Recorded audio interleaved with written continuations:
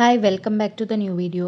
ಈ ವಿಡಿಯೋದಲ್ಲಿ ನಾವು ಜಯ ಏಕಾದಶಿ ಯಾವಾಗ ಆಚರಿಸಲಾಗುತ್ತಾ ಇದೆ, ಏಕಾದಶಿ ತಿಥಿ ಹಾಗೂ ಏಕಾದಶಿಯ ವ್ರತಕಥೆಯ ಬಗ್ಗೆ ತಿಳಿದುಕೊಳ್ಳೋಣ ಬನ್ನಿ.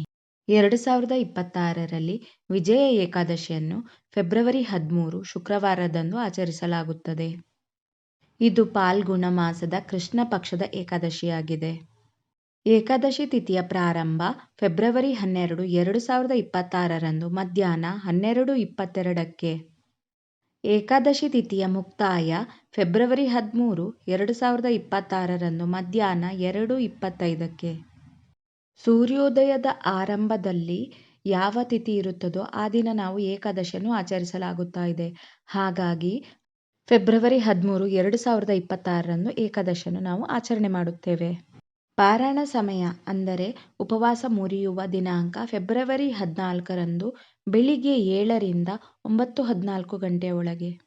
ಈ ಶುಭ ದಿನದಂದು ಸರಿಯಾದ ಆಚರಣೆಯನ್ನು ಪಾಲಿಸುತ್ತಾ ಉಪವಾಸ ಮಾಡುವ ಯಾರಾದರೂ ಯಶಸ್ಸನ್ನು ಮತ್ತು ಸಮೃದ್ಧಿಯನ್ನು ಪಡೆಯುತ್ತಾರೆ ಎಂದು ನಂಬಲಾಗಿದೆ. ವಿಜಯ ಏಕಾದಶಿಯ ವ್ರತ ಮತ್ತು ಪೂಜಾ ವಿಧಿಗಳ ಬಗ್ಗೆ ತಿಳಿದುಕೊಳ್ಳೋಣ. ಉಪವಾಸದ ಹಿಂದಿನ ದಿನ ಸರಳ ಮತ್ತು ಶುದ್ಧ ಸಸ್ಯಾಹಾರಿ ಆಹಾರವನ್ನು ಸೇವಿಸುವ ಪ್ರಯತ್ನವನ್ನು ಮಾಡಬೇಕು.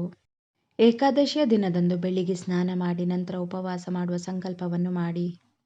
ನಂತರ ವಿಷ್ಣುವಿನ ಧ್ಯಾನವನ್ನು ಮಾಡಬೇಕು. ಧೂಪ, ದ್ರವ್ಯ, ದೀಪ, ಹೂವು, ಹಣ್ಣು, ತುಳಸಿ ಮಾಲೆಯಿಂದ ಶ್ರೀಹರಿಯನ್ನು ಪೂಜಿಸಿ. ಉಪವಾಸದ ಜೊತೆಗೆ ವಿಜಯ ವ್ರತ ಕಥೆಯನ್ನು ಕೇಳಿದಲ್ಲಿ ಸಂಪೂರ್ಣ ಫಲ ಸಿಗುತ್ತದೆ ಎನ್ನುವುದು ನಂಬಿಕೆ. ವಿಜಯ ಏಕಾದಶಿಯ ಮಹಾತ್ಮ. ವಿಜಯ ಏಕಾದಶಿಯಂದು ಉಪವಾಸ ಮಾಡುವುದು ಒಂದು ಪ್ರಾಚೀನ ಆಚರಣೆ ಎಂದು ಪರಿಗಣಿಸಲಾಗಿದೆ.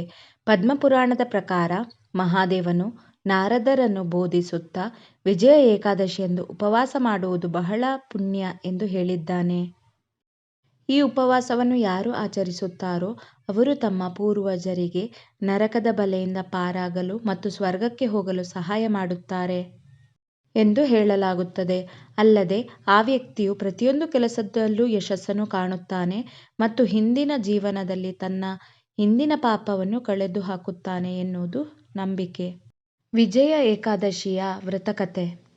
ತ್ರೇತಾಯುಗದಲ್ಲಿ ಶ್ರೀರಾಮನು ಲಂಕೆಗೆ ಪ್ರಯಾಣ ಬೆಳೆಸಲು ಕರಾವಳಿಗೆ ಬಂದಾಗ ಆ ಗೌರವಾನ್ವಿತ ವ್ಯಕ್ತಿ ಸಮುದ್ರದೇವನಿಗೆ ತನಗೆ ಮತ್ತು ತನ್ನ ಸೈನ್ಯಕ್ಕೆ ಮಾರ್ಗವನ್ನು ಒದಗಿಸುವಂತೆ ಕೇಳಿಕೊಂಡನು.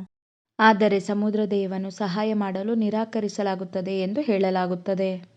ಹೀಗಾಗಿ ವಕ್ದಲಾಭ್ಯ ಋಷಿಯ ಅನುಮತಿಯೊಂದಿಗೆ ಶ್ರೀರಾಮನು ವಿಜಯ ಏಕಾದಶಿಯ ದಿನದಂದು ಉಪವಾಸ ಮಾಡಿ ಸಮುದ್ರದೇವನನ್ನು ಸಂತೋಷಪಡಿಸಿದನು.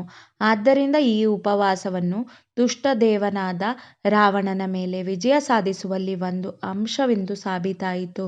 ಆ ದಿನದಿಂದ ಈ ದಿನಾಂಕವನ್ನು ವಿಜಯ ಏಕಾದಶಿ ಎಂದು ಕರೆಯಲಾಗುತ್ತದೆ. ಹೋಪ್ ನಿಮಗೆ ಈ ವಿಡಿಯೋ ಇಷ್ಟ ಆಯಿತು ಎಂದು ಭಾವಿಸ್ತೇನೆ. ಇಷ್ಟ ಆದಲ್ಲಿ ಲೈಕ್ ಮಾಡಿ, ಶೇರ್ ಮಾಡಿ, ಸಪೋರ್ಟ್ ಮಾಡಿ. ಧನ್ಯವಾದಗಳು.